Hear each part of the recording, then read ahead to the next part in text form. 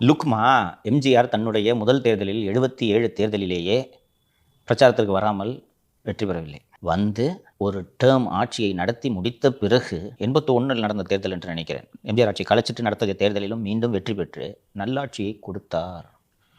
எம்ஜிஆர் ரசிகர்கள் மட்டும் வாக்களித்திருந்தாலும் எம்ஜிஆர் ஜெயித்திருக்க முடியாது. ரேஷன் கடையில் இன்றைக்கெல்லாம் நம்ம அந்த ரேஷன் கடைக்கு போகிறதே நிறுத்திட்டோம். அன்னைக்கு ரேஷன் கடை தான் மக்களுக்கு உணவு சப்ளை பண்ணுறதுல மிகப்பெரிய விஷயமாக இருந்தது. எனக்கு நினைவு தெரிஞ்சு எங்கள் ஃபேமிலியில் ரேஷன் அரிசி வாங்கி நாங்கள் சாப்பிட்ருக்கோம். எனக்கு 10 வயசு இருந்த போது ரேஷன் கடையில் போடுற பாமாயில் தான் வாங்கி நம்ம யூஸ் பண்ணுவோம். ரேஷன் கடையில் கேஸ்லாம் பின்னாடி வந்தது. மண்ணெண்ணெய் அடுப்பு தானே, பம்பு ஸ்டவ்னு வச்சுருப்பாங்க. அந்த மண்ணெண்ணையை போய் நீங்கள் இதில் ரேஷன் கடையில் வாங்கி தான் நீங்கள் பண்ணணும். அந்த ரவையை வாங்கி தான் உப்புமா பண்ணணும். அந்த கோதுமையை வாங்கி தான் அரைப்போம். இன்றைக்கி தான் ஆட்டா கிட்டாண்டு எல்லாம் வருது கடையில். அன்றைக்கி அந்த ரேஷன் கடை கோதுமை அதை உறுதி செஞ்சார்.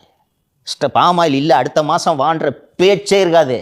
கட்சிக்காரன் சம்பாதிக்கிறதுக்கு நீ ஒயின் ஷாப்பில் சம்பாதிச்சுக்க, இங்கே போய் ரேஷனில் கையை வச்ச கூட்ட அடிப்பார். ராமாவரத்தில் பொங்கு பொங்குன்னு ஒரு அடி அதை உறுதி செஞ்சுட்டாரு.